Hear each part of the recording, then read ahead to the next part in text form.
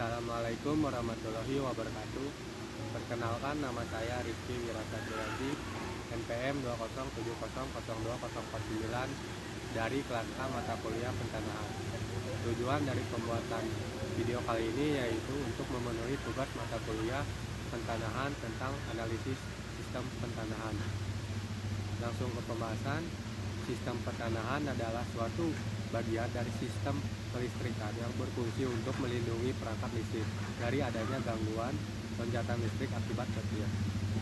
Adapun faktor-faktor yang mempengaruhi tanah, jenis tanah yang pertama itu pengaruh suhu atau temperatur.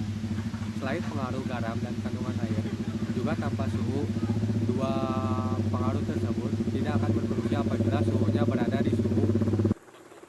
Contoh saja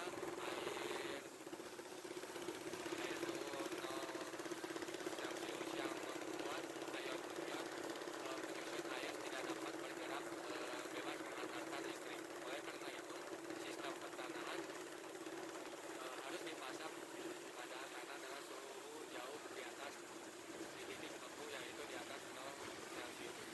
Yang kedua itu kandungan air juga sangat berpengaruh terhadap nilai tahanan jenis tanah. Kelembapan air yang tinggi akan membuat nilai tahanan jenis akan rendah dan membuat nilai tahanan pertanahan akan rendah, akan baik juga.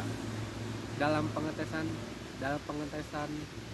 eh, beban air pada tanah dengan kenaikan kelembapan 10% sampai 20% akan sangat berpengaruh terhadap penurunan nilai tahanan jenis tanah. Sebaiknya kelembapan 20% sampai kurang dari 10% juga akan berpengaruh terhadap nilai tahanan pertanahan. Di poster kadar garam dalam tanah merupakan salah satu yaitu elektrolit kuat sebagaimana zat larut yang mampu menghantarkan arus listrik. Ion-ion akan bergerak bebas dalam menghantarkan listrik dari elektroda pertanahan, kemudian menyebar ke seluruh listrik ke seluruh. Semakin banyak kandungan garam pada suatu pentanahan, maka nilai tahanan jenis tanahnya semakin rendah, sehingga nilai pentanahan pun menjadi rendah atau baik juga. Kandungan garam berada di tanah bagian atas akan larut di saat musim hujan, sehingga perlu pemasangan elektroda pentanahan lebih dari agar dapat memperoleh nilai tahanan yang elektrolit. Jenis tanah yang saya sedang itu jenis tanah garapan atau kita bisa disebut juga tanah liat. Tahanan jenis tanah liat tersebut 10 sampai 200 ohm. Kemudian untuk faktor-faktor yang mengaruhi nilai tahanan pertanahan ialah ada 5 faktor. Yang pertama itu bentuk elektroda, yang kedua jenis bahan dan ukuran elektroda, yang ketiga jumlah atau konfigurasi elektroda, yang keempat kedalaman pemancangan atau penanaman di dalam tanah, dan yang kelima itu faktor alam, jenis tanah, kandungan mineral tanah, dan suhu tanah.